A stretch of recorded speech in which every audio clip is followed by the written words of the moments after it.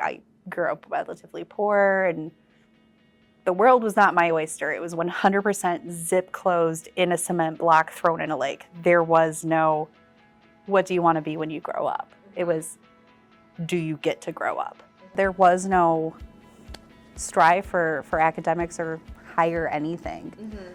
So I went to work, met my husband when I was 19, married at 21 with a kid. I've been working ever since.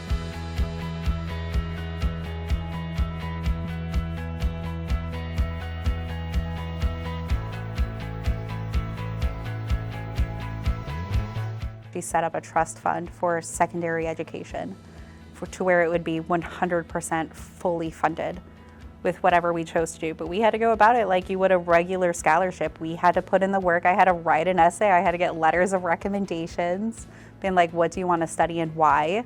And I was like, no idea. I'm in my 30s. I worked mainly in administrative type of stuff, and it was just like, well, that's what I could do. I thought that's all I was worth. I was like, no, I'm not better at anything else. So I just searched the catalog, just old school, looking at it online.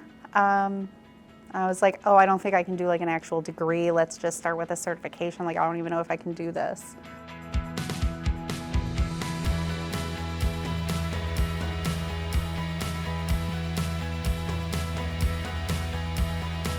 We were told about the trust fund in July. By the beginning of August, I was enrolled and getting going. And then halfway through, I was like, oh, I really love school. Yeah. That's right, I actually really love this.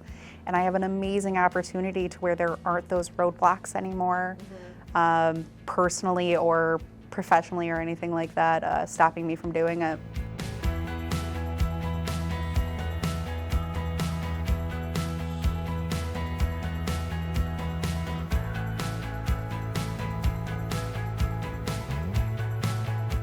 The Field Museum in Chicago, Illinois. That is a known name. I could go to France and they know exactly what the right people will know exactly what I'm talking about. So that's just great for me for the rest of my life. So I have been able to apply a lot that I've learned in the program so far here. And just even understanding the vocabulary that gets thrown around. I'm like, understood that word. I know what you're saying.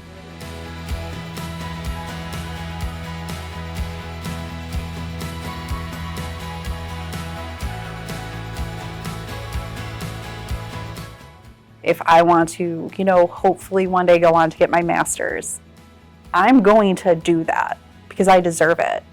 I want to hair flip and say, what are you? A historian. Like, you don't have to have dreams of being a CEO. You can be happy in your dusty little basement, and that's okay. And it's all about deserving it and owning it.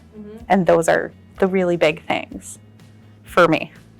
And the other kids who are growing up out there with really ugly lives, thinking that they can't do it because everything else is telling them they can't. You can, and you deserve it. And that's that. Boom.